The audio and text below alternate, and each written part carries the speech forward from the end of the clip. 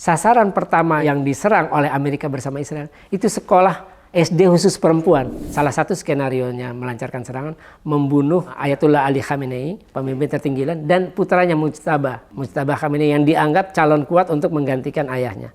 Dan itu dilaksanakan di hari pertama. Nah, yang harusnya dilakukan Presiden Prabowo itu pertama, mengutuk serangan Amerika dan Israel yang dilakukan terhadap Iran. Artinya Amerika dan Israel udah kesekian kalinya melanggar hukum internasional. Posisi Iran sekarang, sementara ini bisa dibilang dia lagi di atas angin atau menang terhadap Amerika dengan Israel.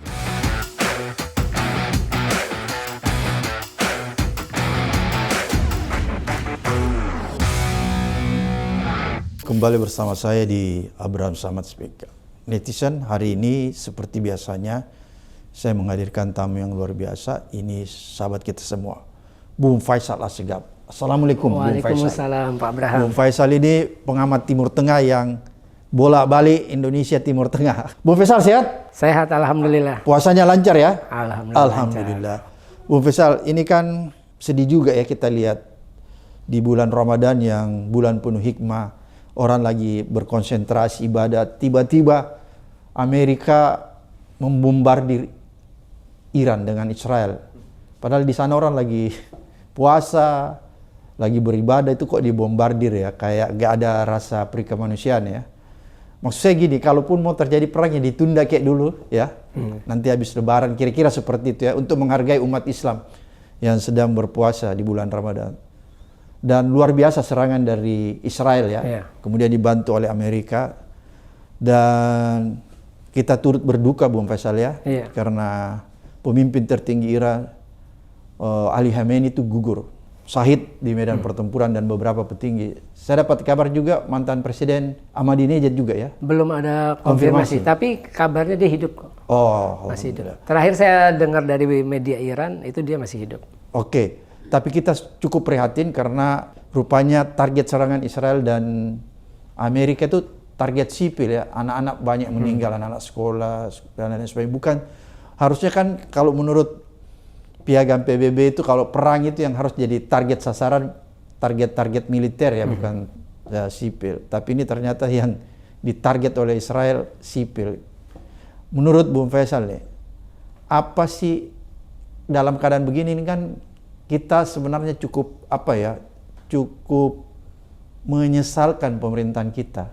Kenapa saya menyesalkan? Karena sampai hari ini menurut saya Bung Faisal tidak pernah ada penjelasan dari pemerintah yang mengutuk Amerika dan Israel terhadap serangannya ke Iran. Padahal kita punya hubungan diplomatik yang baik dengan Iran kan, tapi nggak pernah kita mengutuk. Jadi kita seolah-olah ini menjadi bonekanya Amerika dan Israel ya. Menurut Bung Faisal nih, kenapa Indonesia gamang nih Bung Faisal? Jangankan mengutuk, mengucapkan bela sungkawa terhadap pemimpin tertinggi, itu juga tidak disampaikan sampai hari ini. Kenapa ini Bung Faisal? Pemerintahan Indonesia gamang, takut dengan Trump. Ya kalau saya lihat dari awal memang kebijakan Presiden Prabowo ini blunder, keliru dalam isu Palestina. Kita mulai dari pidatonya pada sidang Majelis Umum PBB September tahun lalu, ketika dia mengucapkan pernyataan kontroversial, pentingnya menjamin keamanan dan keselamatan Israel. Itu kan sebuah pernyataan kontroversial disampaikan pada 2025, sebulan setelah genosida 2 tahun di Gaza berhenti secara umum lah, tapi tetap aja Israel tetap. Itu kan sesuatu yang sangat menyakitkan bagi bangsa Palestina ketika presiden dari bangsa yang pernah dijajah berbicara simpati terhadap penjajah. Ketika bangsa yang sedang dijajah belum mendapatkan keadilan. Karena perdamaian, kalau kita bicara Palestina, kita harus mendukung perdamaian di Palestina. Perdamaian, kalau kita berbicara sekarang ketika bangsa Palestina masih dijajah, perdamaian itu adalah artinya menafikan atau menihilkan hak bangsa Palestina untuk melawan penjajah. Artinya kan disuruh berhenti, jangan lagi melawan. Nah, itu konsep perdamaian keliru kalau kita memaksakan perdamaian di Palestina dalam kondisi bangsa Palestina sedang dijajah. Nah, terus kedua, blunder kedua yang dilakukan Presiden Prabowo adalah ketika dia memutuskan masuk ke Dewan Perdamaian. BOP ya? Bikinan Trump. yang dibikin dan dipimpin oleh Trump sendiri. Dan di dalamnya ada Israel. Jadi aneh. Kita satu lembaga dengan negara yang ditetapkan oleh Mahkamah Internasional ICJ melakukan genosida terhadap bangsa Palestina, rakyat Palestina di Gaza. Dan sudah ditetapkan sebagai tersangka. Nah, yang bisa ditangkap. Nah, dan anggotanya itu dipimpin ya waktu itu kan presidennya, terus diganti jadi Perdana Menteri Benjamin Netanyahu yang sudah dinyatakan sebagai penjahat perang oleh ICC, harus ditangkap. Nah, Amerika tidak menangkap, terus kita ada di situ. Jadi ini sangat aneh. Ketika kita di PBB sendiri itu ada 193 negara. Terus kalau hitungan OKI, negara mayoritas ini belum dihitung Kosovo karena Kosovo belum diakui. Belum dihitung Somaliland. Somaliland belum diakui sebagai negara. Terus dari OKI itu ada 57 negara berpenduduk mayoritas muslim. 57 saja tidak bisa memerdekakan Palestina atau mendukung kepentingan Palestina di PBB yang di mana di situ ada 5 pemegang hak veto. Amerika, Inggris, Perancis, Rusia, dan Cina. Apalagi di Dewan Perdamaian yang punya hak veto cuma Trump. Jadi sangat naif kalau kita masih percaya Amerika, siapapun presidennya sebenarnya, untuk isu Palestina. Kita tahu selama 2 tahun perang Gaza, Amerika di bawah Biden Demokrat maupun di bawah Trump Republik itu selalu memveto draft resolusi Dewan Keamanan PBB yang menyerukan gencatan senjata segera di Gaza dan membuka akses kemanusiaan. Terus tiba-tiba 5 kali itu veto.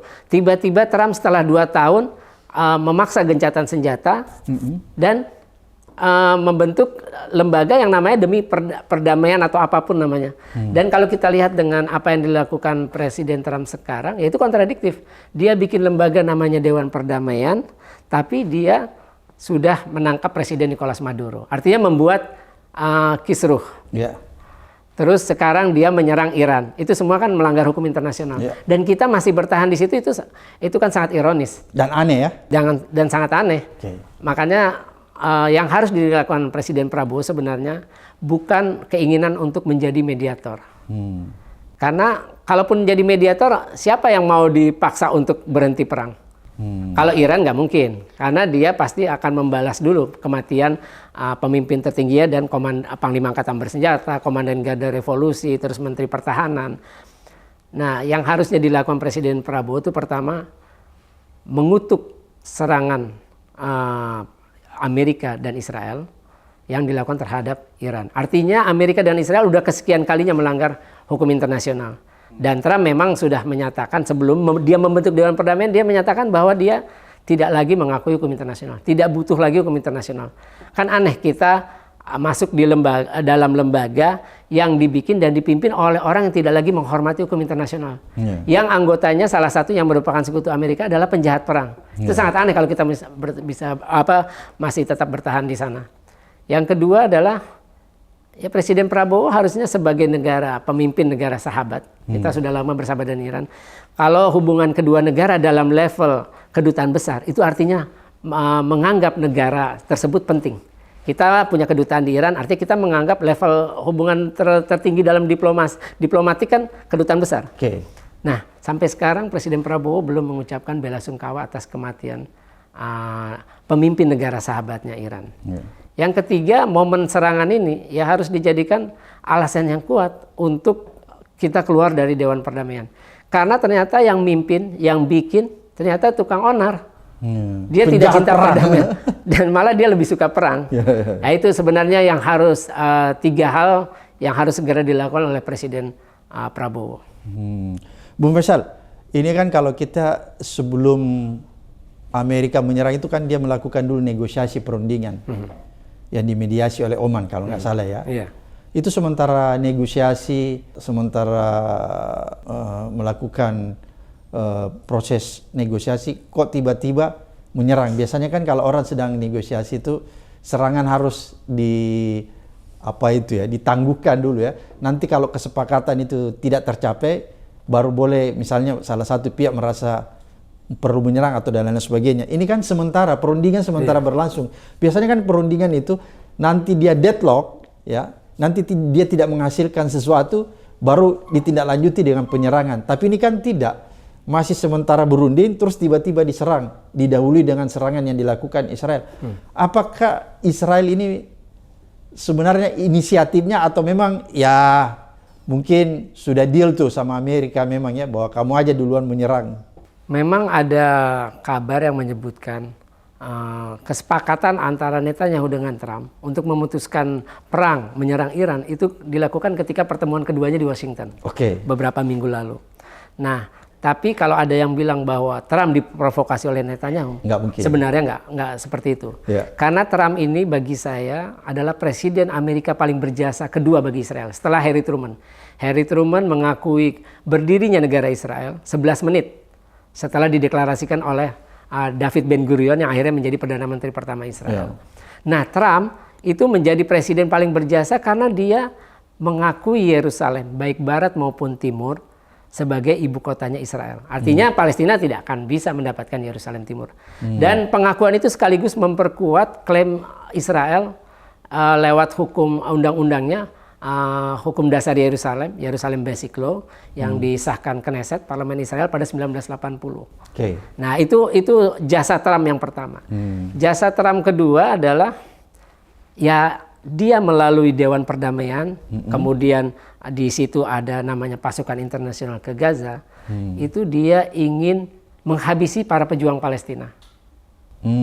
Kan selama ini atas dukungan Iran, Hamas, Jihad Islam bisa berperang dengan, artinya bisa melawan Israel dengan persenjataan. Sebelumnya kan pakai batu waktu Intifadah pertama.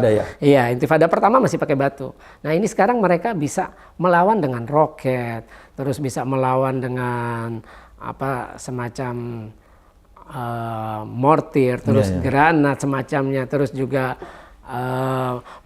dia juga punya beberapa roket yang kita lihat bisa menghantam Merkava sampai hancur.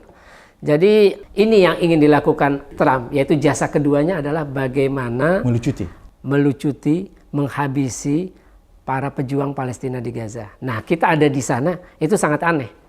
Trump ini orang yang paling, kalau dilihat dari semua presiden Amerika, Trump itu orang yang paling ingin punya jasa besar terhadap Israel. Nah, yang ketiga adalah jasa besar Trump, itu di periode pertama juga dia lakukan selain pengakuan adalah dia menggait negara-negara muslim untuk punya hubungan diplomatik. Salah satunya lewat perjanjian Ibrahim pada September 2020. Di situ yang masuk UEA, Uni Emirat Arab, Bahrain, Maroko, terus juga ada Sudan. Sudan karena konflik internal, perang saudara, akhirnya itu tidak dilanjut sampai istilahnya di tataran operasional. Jadi 3 itu. Sebelumnya juga ada Chad. Chad itu negara yang sebelumnya punya hubungan diplomatik dengan Israel, tapi oleh pemimpin Libya saat itu, Muammar Gaddafi, dipaksa suruh memutuskan hubungan diplomatik. Nah, baru 2009, itu sekitar tahun 69 atau tahun 70. Nah, itu baru 2019 akhirnya tersambung kembali. Jadi ya Trump ini adalah bisa disebut presiden Amerika paling berjasa kedua setelah Harry Truman. Kalau begitu berarti sebenarnya spekulasi yang menyatakan bahwa serangan Israel ke Iran itu atas inisiatif Israel itu nggak mungkin ya? Itu pasti atas persetujuan Amerika ya? Iya, jadi sekitar sebulan, beberapa minggu, sebulan lewat sebelum melancarkan serangan, itu Pentagon sudah mengusulkan. Sekarang Pentagon kan namanya bukan Departemen Pertahanan, tapi Departemen Perang. Dari situ aja udah kelihatan bahwa Trump ini bukan orang cinta damai. Dari nama lembaganya Dewan Perang, artinya kan ingin selalu perang. Itu Pentagon mengusulkan agar salah satu skenarionya melancarkan serangan, membunuh Ayatollah Ali Khamenei, pemimpin tertinggi Iran, dan putranya Mujtaba Khamenei yang dianggap calon kuat untuk menggantikan ayahnya. Dan itu dilaksanakan di hari pertama. Artinya kalau lihat usulan Pentagon, terus Trump bersama Israel menyerang, itu artinya inisiatif Trump, karena Pentagon mengusulkan itu. Jadi ini memang sudah direncanakan jauh-jauh sebelumnya? Sudah direncanakan jauh-jauh sebelumnya. Tapi kan sebelumnya juga, Bung Faisal, kita lihat ya, prakondisinya itu Trump memprovokasi rakyat Iran. Ya, di Teheran, kota-kota besarnya itu kaum terpelajarnya untuk menggoyang pemerintahnya. Kan kalau kita lihat dengan krisis ekonomi yang terjadi di sana, orang pada turun tuh. Ya, kaum cendekiawannya khusus di kota besar aja di Teheran untuk ingin merongrong pemerintahnya kan, sehingga kemudian kita lihat ada anak Reza Pahlavi juga yang nimbrung yang menyatakan pemerintahan Ali Khomeini harus ditumbangkan kan. Apakah itu bagian dari skenario Amerika juga untuk menumbangkan rejim yang berkuasa di Iran? Yang jelas sejak berdirinya Republik Islam Iran 1979 setelah kemenangan revolusi Islam, Iran menjadi satu-satunya negara muslim sampai sekarang yang menyatakan permusuhan. Kalau semua negara muslim pro Palestina termasuk Iran, tapi cuma Iran yang anti Zionis, yang menyatakan permusuhan secara terbuka deklarasi sebagai sebuah rezim ya penguasa.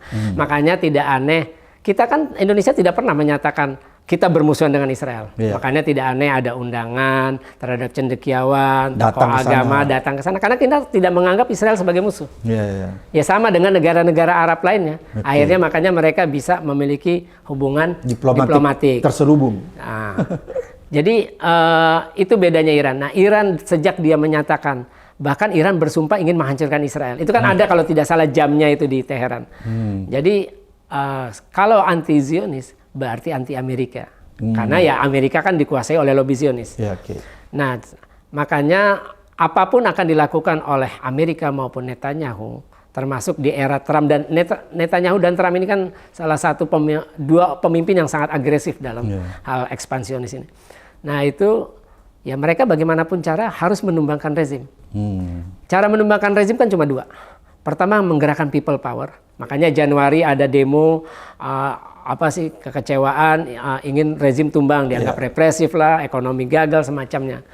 Nah, terus dan itu pun gagal. Padahal Trump dengan Netanyahu sudah menghasut. Di perang ini pun juga sama. Jadi Netanyahu sampai bilang kalianlah turun ke jalan, selesaikan misi kami. Nah, itu kan cara pertama menggerakkan people power. Sampai sekarang, dari Januari sampai sekarang, perang udah masuk hari kelima, tidak berhasil. Nah, cara kedua untuk menumbangkan rezim, ya melakukan invasi. Ini yang dilakukan Amerika 2001, menumbangkan rezim Taliban. Kemudian 2003, menumbangkan rezim Saddam Hussein.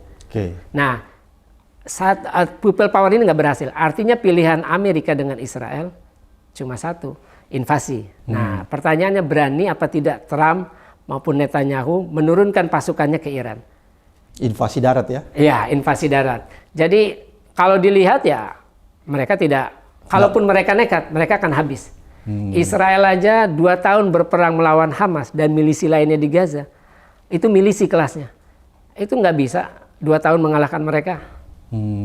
Apalagi lawan angkatan bersenjata sebuah negara secara sistem pendidikan, terus pelatihan. Artinya lebih kualitasnya lebih bagus. Lebih siap ya? Lebih siap. Apalagi dalam Islam ini kan ketika mempertahankan tanah air itu adalah bagian dari jihad. Oke. Bung Faisal, alasan penyerangan Amerika itu kan selalu didalilkan bahwa Iran ini memproduksi senjata nuklir, melakukan pengayaan terhadap senjata nuklir ya. Padahal kan Iran sudah membantah bahwa nuklir di sana digunakan untuk kepentingan sipil, misalnya listrik dan lain-lain sebagainya. Tapi terus ini yang dikampanyekan. Saya mengingat kampanye ini seperti ketika Amerika menyerang Irak. Ya, ketika itu juga dia menyatakan Irak menyimpan senjata pemusnah ya, senjata biologis pemusnah. Tapi kan setelah Saddam Hussein jatuh, lagi-lagi tidak terbukti. Jadi sama skenario yang dilakukan di Irak. Apakah skenario ini terus dimainkan, dinarasikan di dunia internasional agar negara-negara itu mau percaya ya dan turut bersama Amerika memerangi Iran? Nggak mempan ya?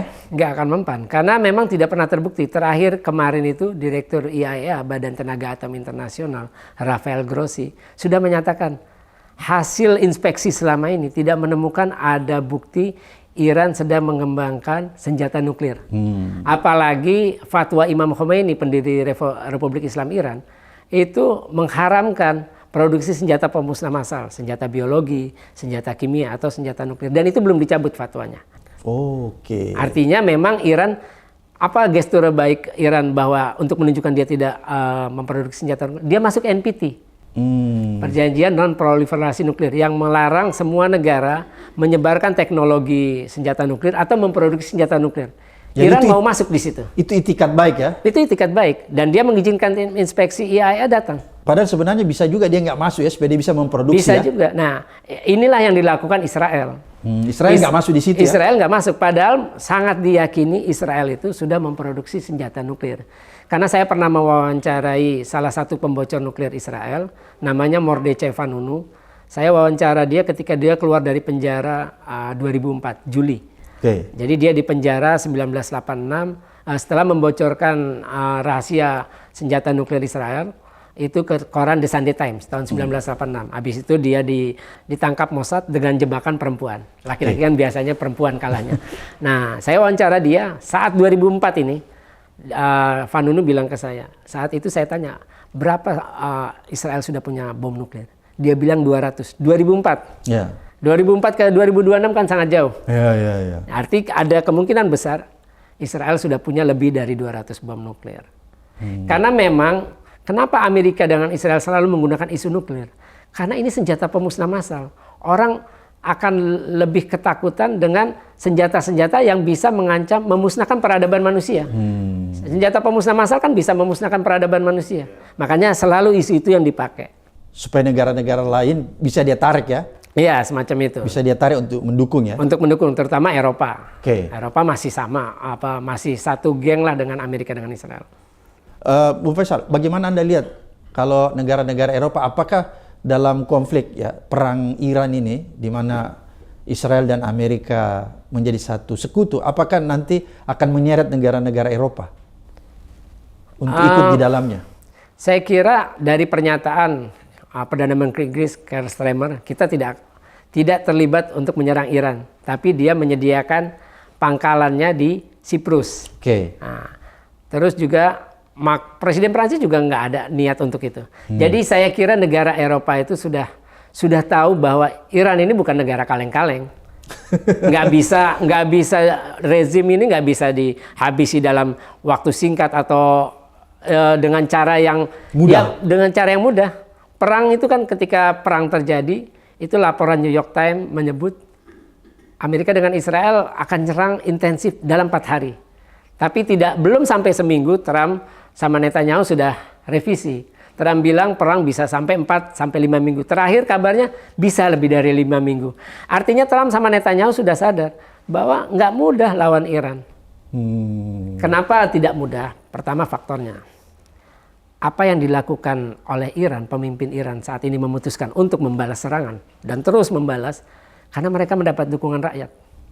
Sedangkan Amerika dengan Israel ditentang di dalam negeri. Kita tahu ketika Amerika terus mendukung genosida Israel di Gaza 2 tahun, itu kan demo di mana-mana, di New York, di berbagai kota di Amerika, terus juga di kampus-kampus. Itu menunjukkan bahwa rakyat Amerika tidak suka perang.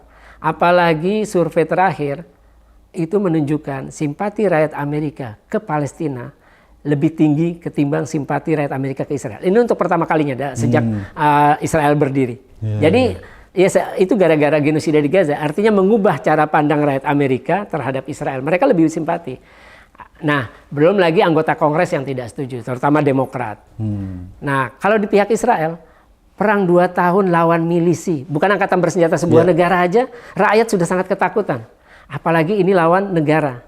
Karena kita lihat selama 2 tahun, daya hancur Hamas terhadap Israel dengan daya hancur Iran terhadap Israel jauh lebih mengerikan Iran. Nah, inilah yang membuat akhirnya Iran itu ya punya legitimasi karena dia dapat dukungan rakyat dan dia secara moral, secara hukum internasional memang berhak untuk membalas ketika ada negara asing menyerang, ya itu diakui oleh hukum internasional, dia berhak membalas. Oke, oleh karena itu kalau menurut Bung Faisal, apakah keadaan di Iran sekarang ini ya, kalau kita lihat eskalasinya terus saja terjadi serang menyerang antara Amerika dan Israel di satu pihak dan Iran, apakah ini akan membuka peluang negara-negara lain bisa terlibat? Misalnya gini, ada Cina, ada Rusia yang mungkin selama ini punya hubungan diplomasi, punya hubungan dekat dengan Iran. Apakah mereka juga bisa suatu waktu melibatkan diri dalam perang ini atau paling tidak membantu Iran? Karena kan mereka punya kepentingan, baik kepentingan ekonomi juga, misalnya Cina, dia punya kepentingan ekonomi juga di Iran, misalnya minyak dan lain sebagainya. Jadi dia punya kepentingan untuk melindungi Iran agar supaya Iran tetap eksis. Kalau menurut pandangan Bung Faisal, apakah ada kemungkinan ini bisa terjadi? inilah bedanya hubungan antara Amerika Israel dengan Rusia, Cina, dengan Iran. Oke. Kalau Amerika dengan Israel itu seperti aliansi. Artinya siapapun yang menyerang Iran artinya menyerang Amerika. Jadi dia punya perjanjian khusus ya? Ya, intinya sudah sekutu istimewa lah. Oke. Nah, sedangkan Rusia, Cina dengan Iran itu lebih perjanjian bilateral. Ada perjanjian kerjasama pertahanan. Oke. Makanya Iran bisa membeli rudal dari Cina, terus bagaimana alat pengacak GPS. Oke. Nah, dari Rusia juga beli, kalau tidak salah itu sistem pertahanan udara S-400. Jadi bukan sistem aliansi, kalau nyerang Iran berarti nyerang Rusia atau Cina. Itu perbedaannya. Okay. Nah, terus saya melihat kalau dari perang tahun lalu, itu Iran tidak pernah minta bantuan Cina atau Rusia. Artinya Iran merasa mampu. Kenapa dia harus merasa mampu? Disitulah pride sebuah bangsa. Persia ini peradaban yang sudah menguasai dunia ribuan tahun silam. Dibanding Amerika? Dibanding Amerika yang baru dibentuk 1776, apalagi Israel 1948. Istilahnya anak kemarin sore lah bagi Iran. Jadi dia punya pride dan dignity ya? Pride dan dignity. Itulah kenapa Iran, kan kita lihat mereka sudah diembargo militer dan ekonomi sejak 1979. Tapi mereka masih mampu menghancurkan Yerusalem, meluluhlantakkan ibu kota Tel Aviv dan Haifa. Itu masih kan eksis ya? Masih eksis. Jadi itulah salah satu kekuatan Iran. Iran mungkin di udara tidak punya jet tempur yang bisa menyaingi F-22 Raptor atau F-35-nya Israel maupun Amerika. Tapi Iran punya peluru kendali balistik hipersonik, itu kita tahu, bisa menghancurkan semua, bahkan drone pesawat nirawak Said 136 juga bisa diandalkan dalam perang ini. Dalam perang kemarin pun juga sama. Nah, jadi kekuatan Iran lebih pada solidnya rakyat dan juga mereka bangga bahwa dulu mereka pernah menguasai dunia. Ini negara kemarin sore. Masa mereka mau ngalah dengan negara kemarin sore? Oke, jadi ini soal pride dan dignity ya? Iya. Oke, Bung Faisal, kan kalau kita lihat ini Ali Khamenei udah meninggal ya. Kalau di pikiran kita nih, kalau orang-orang pikiran yang sangat sederhana, biasanya ketika pemimpin tertinggi sebuah negara meninggal, itu kan menjadi sebuah titik masuk bagi lawan untuk menjatuhkan rejim itu. Tapi ini kan orang salah duga. Ternyata begitu Ali Khamenei meninggal, ini semakin kuat. Berarti kalau kita coba menganalisis, berarti sistem pemerintahan di sana itu berjalan dengan baik ya. Jadi memang sudah ada hierarkinya ya, yang bekerja secara sistem ya. Jadi tidak terganggu, misalnya tiba-tiba meninggal atau tiba-tiba sakit, pemerintahan itu tidak akan jatuh. Artinya gini, ketika demonstrasi anti rezim Januari, itu jumlahnya seluruh Iran sekitar belasan ribu. Dibalas hanya dalam satu hari 12 Januari, itu jumlahnya 3 juta. Yang pendukung rezim, pro rezim.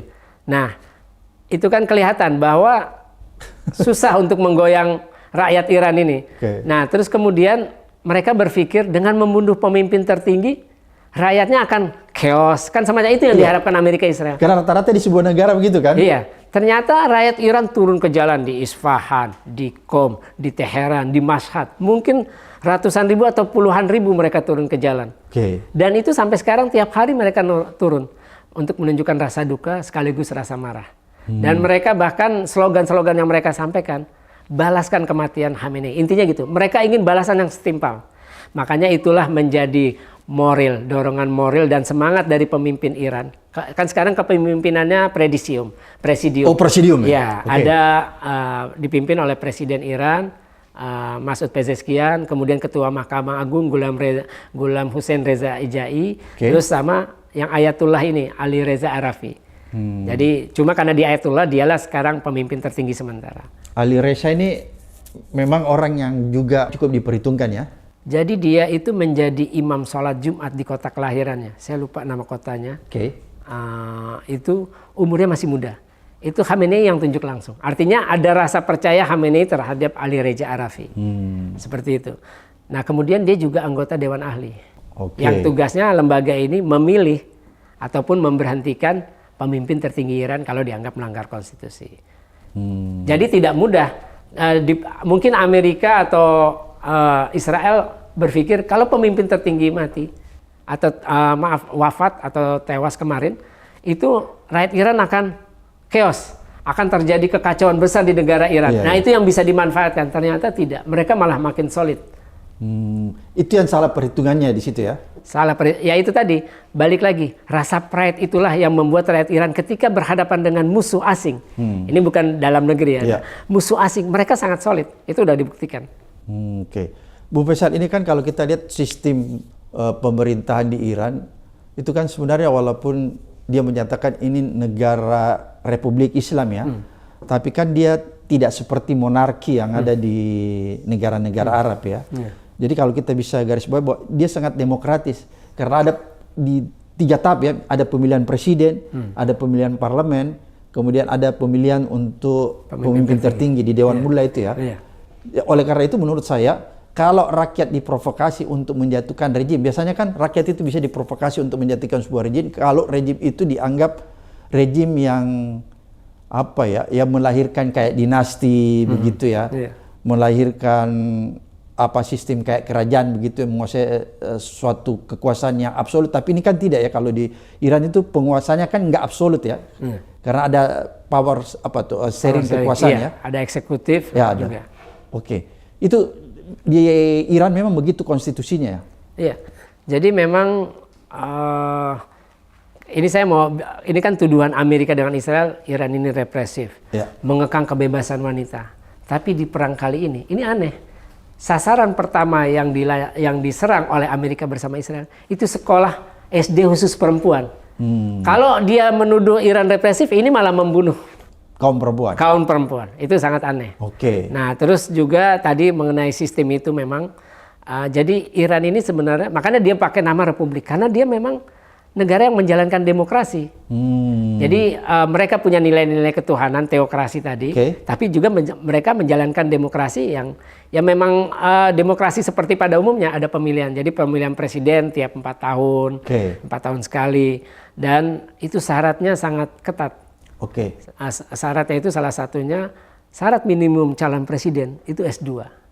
Jadi ini menarik. Jadi syarat di Iran calon presiden itu harus S2. Iya, ini artinya Iran menghargai orang pendidikan. Jadi memang peradabannya dia tinggi. Namanya peradaban tinggi kan artinya menghargai orang yang belajar, orang yang memiliki ilmu, orang yang memiliki pendidikan. Kalau kita syaratnya SMA ya?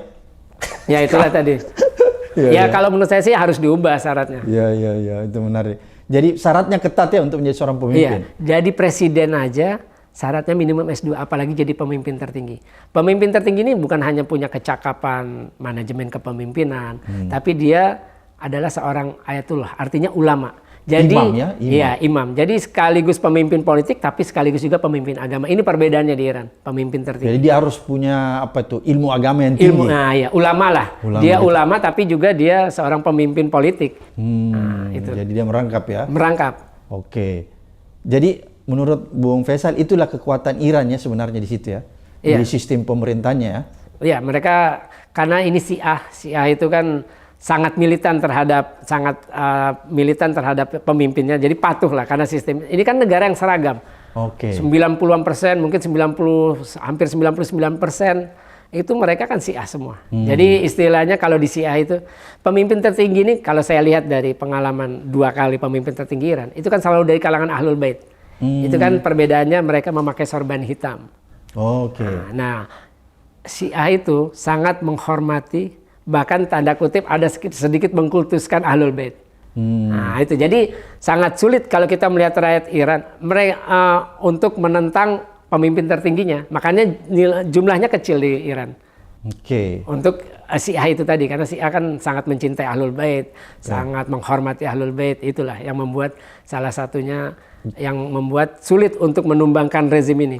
Tapi dia tetap demokratis ya, pemerintahnya tetap demokratis. Iya, karena pemimpin tertinggi sebagai kepala negara, presiden sebagai kepala pemerintahan. Jadi yang menjalankan pemerintahan sehari-hari adalah presiden. Dan itu dipilih oleh rakyat ya? Dan itu dipilih oleh rakyat tiap 4 tahun sekali. Dan demonstrasi di Iran itu hal biasa. Kita tahu ketika Ahmadinejad menang. Tidak pernah direpresi ya? Tidak pernah. Jadi itu berita-berita Eropa aja ya, Amerika itu bahwa banyak yang meninggal apa, enggak seperti itu ya? Enggak seperti itu. Jadi saya pernah baca di itu investigasi, ini media barat yang investigasi, Min Press News.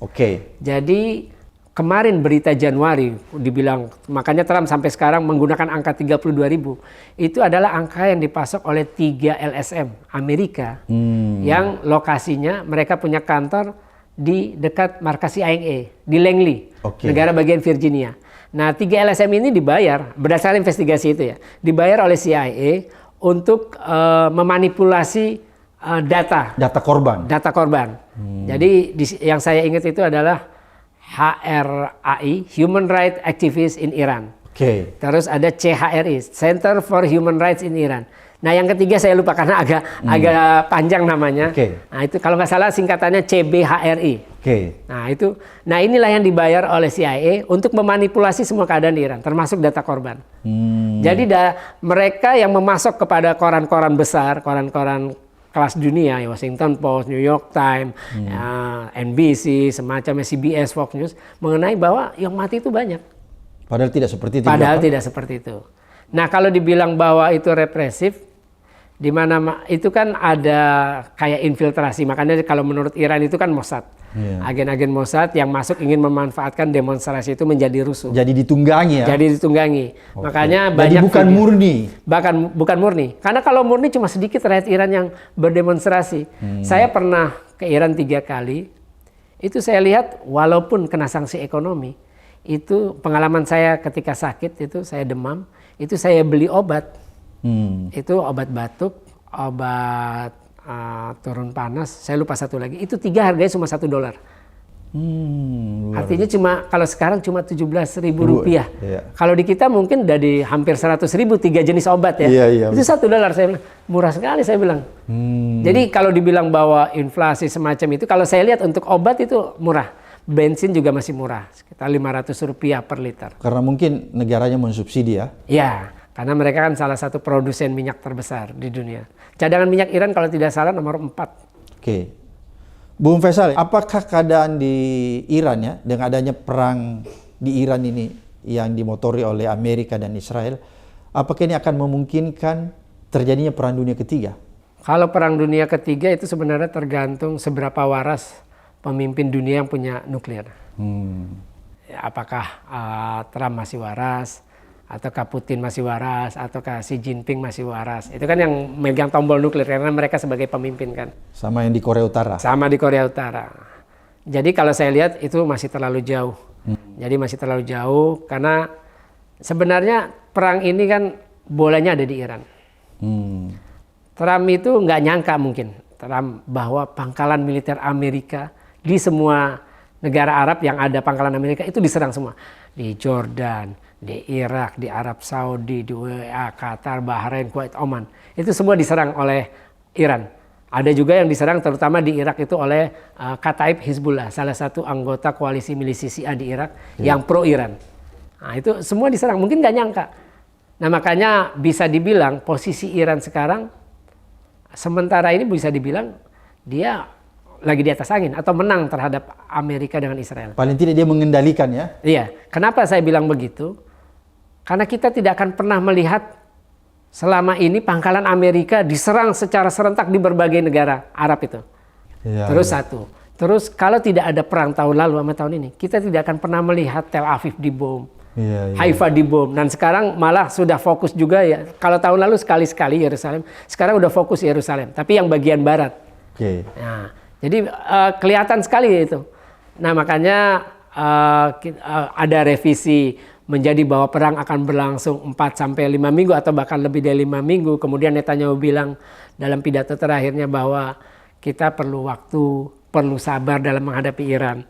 Ya, kalau kita lihat berkaca Israel perang sama Hamas 2 tahun aja tidak bisa menghabisi Hamas dan pejuang lainnya, apalagi ini dengan negara yang secara anggaran, sistem itu jauh lebih established, lebih mapan ketimbang sebuah milisi seperti Hamas. Jadi kalau dilihat kapan perang ini berhenti, ya bolanya di Iran. Karena sempat ada kabar Presiden Trump minta lewat Perdana Menteri Italia untuk mengajukan gencatan senjata dan itu ditolak oleh Iran. Jadi semua bola di Iran. Kabar terakhir kan apa itu ya? Ada serangan dari Iran ke pusat pertahanan Israel yang katanya di situ ada Benyamin Netanyahu, tapi itu belum bisa terkonfirmasi ya. Sudah ada foto bahwa Netanyahu sudah keluar, dia selamat.